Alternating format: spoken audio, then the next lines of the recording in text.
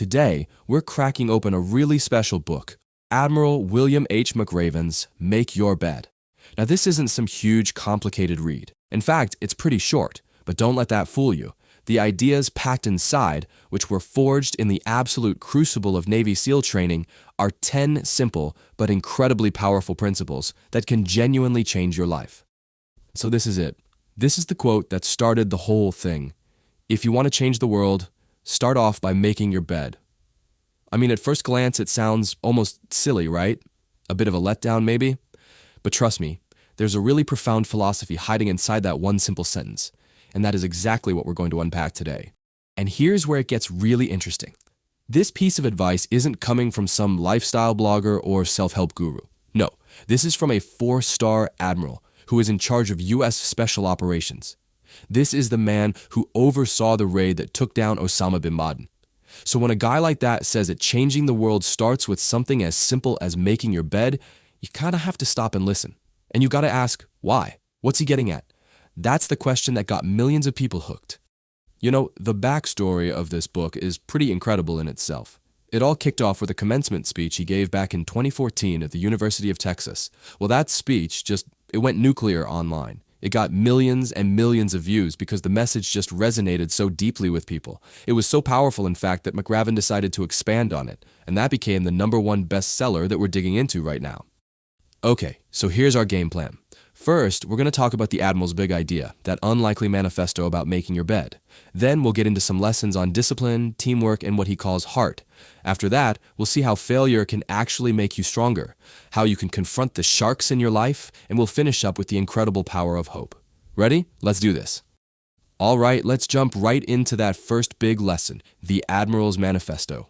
This is really the bedrock for the entire book, and the idea is simple. Start your day with one task already completed. I know, it sounds almost too small to matter, but as we're about to see, McRaven makes a compelling case that this one single act can set the tone for your entire day and, over time, your whole life. This really breaks down the psychology behind it, that domino effect he talks about. See, it's not actually about having a tidy room, it's about what it does to your brain. You accomplish that first task, and you get this little hit of pride. That feeling gives you momentum. It encourages you to do the next task and then the next one after that. It's a daily reminder that the little things, the small disciplines, they really do matter. It's like a tiny workout for your willpower every single morning. And this right here is where it gets really deep. We've all had those days, right? The ones where absolutely everything just falls apart. You come home, you feel totally defeated. But then, you walk into your bedroom and you see your bed. It's made. It's this small physical reminder that you did something right today, that you were able to bring a tiny bit of order to all the chaos. And believe it or not, that can be a real beacon of hope for a better tomorrow. So we've got the personal discipline part down, but McRaven knows that's only half the battle. The next lessons are all about how we deal with the world with other people. It's about taking that inner strength we're building and combining it with the power of a team. This is where discipline meets heart. Now, to really get why the next lesson is so critical, you have to understand just how insanely difficult SEAL training is. I mean, just look at these numbers. They start with a class of 150 of the toughest guys you can find, and only 42 of them make it to the end. The training is basically a machine designed to find your absolute breaking point and then push you past it. The question isn't just can you survive it, it's how do you survive it? And the answer is pretty simple. You don't do it alone. In SEAL training, your life literally depends on your team. McRaven talks about the 7-man boat crews who have to paddle through these massive, bone-chilling Pacific waves. To get through, every single paddle has to hit the water at the exact same time, with the exact same force. If one person slacks off, the entire boat gets swamped. The metaphor couldn't be clearer. Life's biggest challenges are just too big to face by yourself. You've got to find your crew. You need people to help you paddle. Okay, so if you need a team, who do you want on it? The biggest, strongest people you can find, right? Well, not so fast.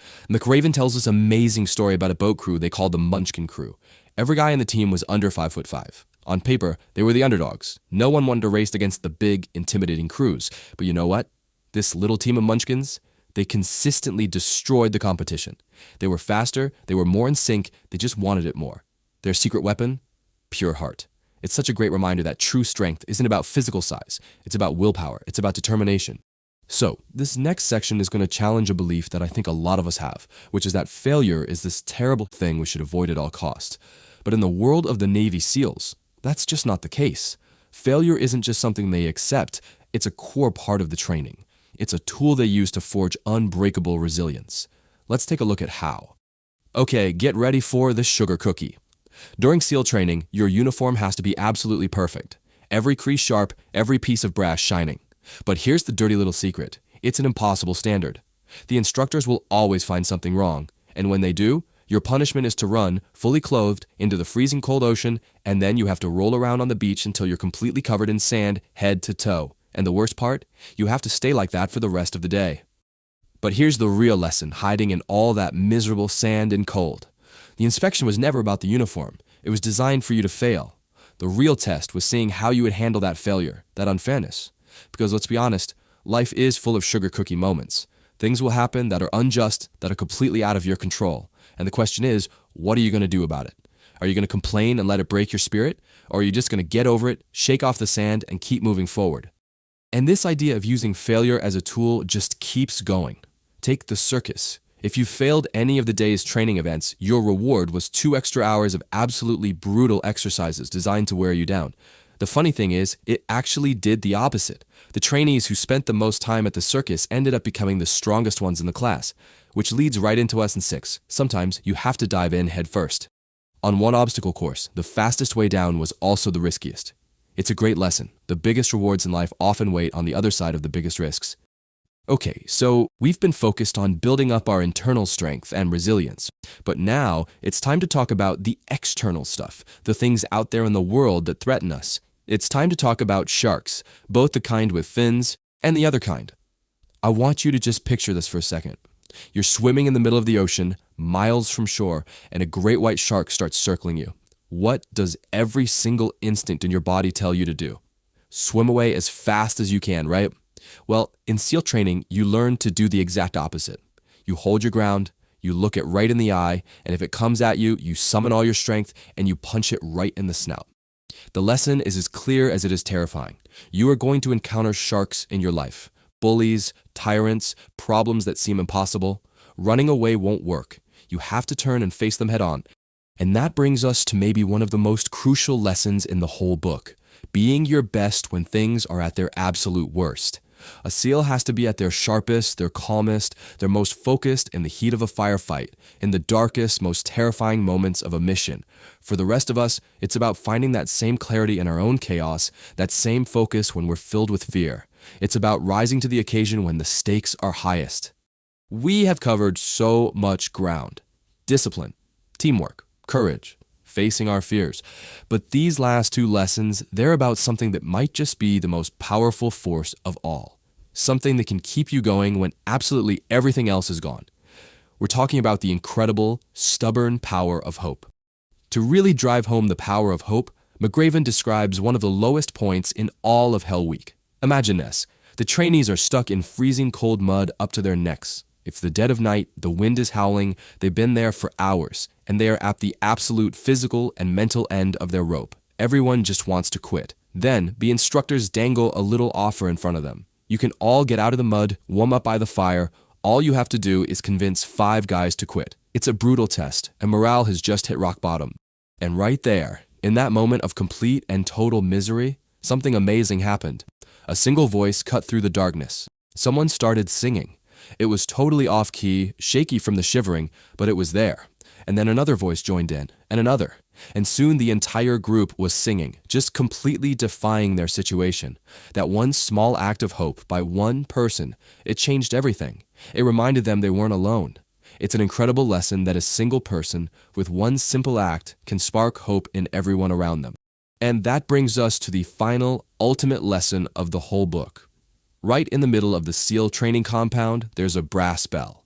At any time, day or night, for any reason, a trainee can walk up to that bell and ring it 3 times. And that's it. It's over. No more cold, no more pain. They get a warm meal and they get to go home. It is the ultimate temptation, the easy way out. And the final lesson from Admiral McRaven is as simple and as powerful as it gets. Don't, ever ring the bell. So there you have it, the 10 lessons. Think of it as your new mission brief. Start your day with a win. Find your team. Judge people by their will, not their size.